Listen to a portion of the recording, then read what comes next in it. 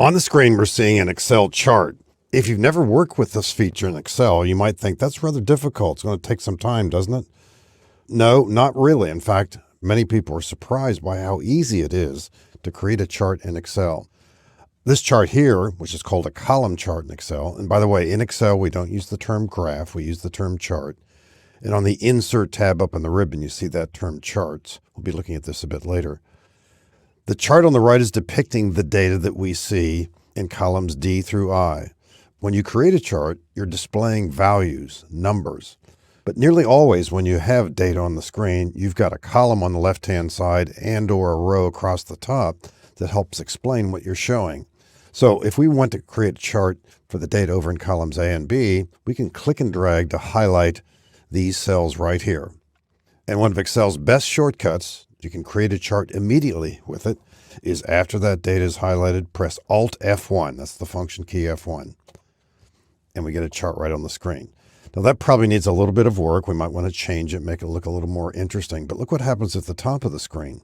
Two new contextual tabs, a chart design tab, the more important of the two, and a format tab with lots of choices. If there's a problem with charting, perhaps it's the idea that there's so many different changes you could make to the appearance of a chart. But let's go back to this chart design tab. This is present anytime you click on a chart or after you've just created it. As I slide over these choices here, I'm not clicking. Look at what happens to the chart. Surely you'll have a favorite. There's also a drop arrow to the right. There are even more of them. So maybe we like this one. We can always change it quickly and easily. When you create a chart, you probably don't want it sitting on top of your data. You can easily move a chart by clicking, and it usually works best this way, just inside the border. Click, hold down that left mouse button, and drag. You can resize a chart by dragging one of its corner handles, these are called. Hold down the left mouse button and make that wider, taller as you choose. If you want to retain that same ratio of height to width, be holding down the Shift key as you do this. So I might want to make this smaller, but keep that same proportion. And when you're ready to size it, let go of the mouse first. Once again, we could move this around. Another technique that could be important in some cases is if you hold down the Alt key as you do this, the borders automatically align with cell boundaries in the background. So in the lower left corner, I'll be dragging this. I could take it anywhere I want, but holding down the Alt key makes those edges line up with the cell boundaries. Be sure to let go of the mouse first. So we can easily create charts. Sometimes you might want to create a chart and have it appear on its own separate sheet. After highlighting the data, I'll highlight this data right here. You can press the function key F11. We'll have a new sheet and the chart's there all by itself. I don't see this being used as often as I did in the past. The advantage, if any, is you're focused on the chart and not on the data, and you have all the tools available by way of the menu system to make changes to the appearance. But I'm going to focus on the chart that's on a worksheet. I'll jump back to that previous sheet where we saw these charts right here.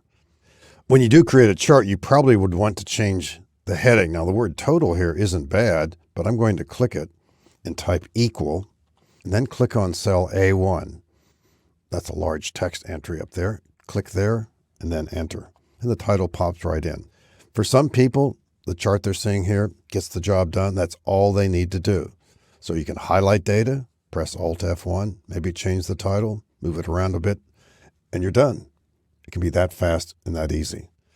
In the next movie, we'll talk about different chart types. There are many of them in Excel. The most common chart type we're seeing here on the screen is called clustered. Excel has numerous chart types, and when you create a chart, consider some of the others. The default chart type in Excel is what we call a stacked column chart, and we're about to see one as we look at the data over in columns A through E. Suppose we want to create a chart with this data right here. Remember, the fastest way to create a chart, press Alt F1 after you've selected the data. That's the function key F1. And we get a clustered column chart. And many times it might be the chart you want. I do recommend a couple of choices to make though. On the Chart Design tab, that's active anytime you select a chart, you can certainly explore some of these options. You might have seen that in a previous movie. But here's a button that might not get your attention. Switch Row Column. In the description, swap the data over the axis might not ring true, but click it anyway. Look what happens. I'm jumping back and forth here. The various clusters change from either referring to the data in column A, like the actual products here, or across row 2, the regions. And sometimes maybe both of these are viable. You might want to have two charts. You can easily duplicate a chart. Just press Control D, D for duplicate. We've got two charts here, and for the moment they're identical. We can move them around. On one of them, let's switch row column. And so if you wanted to have two charts showing the same data but in a different way, that's certainly viable. Obviously, we'd want to resize these, zoom back, and do some other things for presentation purposes. Here's another thought about creating charts. As I move this one out of the way. Suppose we're looking at this data here, and maybe you're not sure what kind of a chart you want. Another approach, rather than pressing Alt F1, is to highlight the data that you're interested in, and then go to the Insert tab in the ribbon, and you'll see a choice called Recommended Charts. And as you scroll up and down here, you might be seeing some chart types you were not aware of, like here's an area chart that might or might not be appropriate for the data here. Another chart here, a stacked column chart, maybe that would work. Another one here, I think not a good choice here, a funnel chart, but at least you're getting some ideas maybe. As it turns out, maybe you want that line chart or some variation on it. Let's say I choose this one for the moment. That might or might not be to my liking, but why not go to now, change chart type?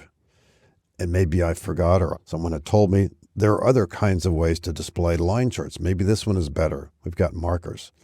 Notice that the other option for lines here is totally inappropriate. Nearly always in a line chart, we want to see data moving across left to right, across a time period. So maybe that's the one we want. So it's so easy to make changes here.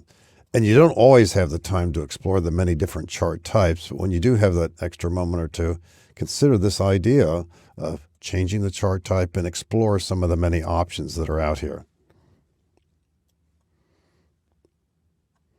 We've got some other data on this worksheet farther down. Let me move these charts out of the way. This is surrounded by empty cells. We don't even have to highlight the data. We could simply click within it. Now, sometimes we know immediately what kind of chart we want. I want a line chart here. So I'm not going to be pressing Alt F1 to get a column chart. I'm going to go to the Insert tab. This is the icon for line charts. I'll use the fourth option, and there it is. With line charts, be a little bit alert to this idea. If line charts are very wide and not very tall, whatever you're showing here tends to flatten out. That may or may not be good. If I make this chart a lot taller and not very wide, it's a completely different picture. Let me press Control Z and Control Y, and you get the idea there. Both of those charts are valid. They both show the same data, but it tells a different story. So be alert to that idea. Again, explore these chart types. There's so many of them in Excel, and they're easy to get to.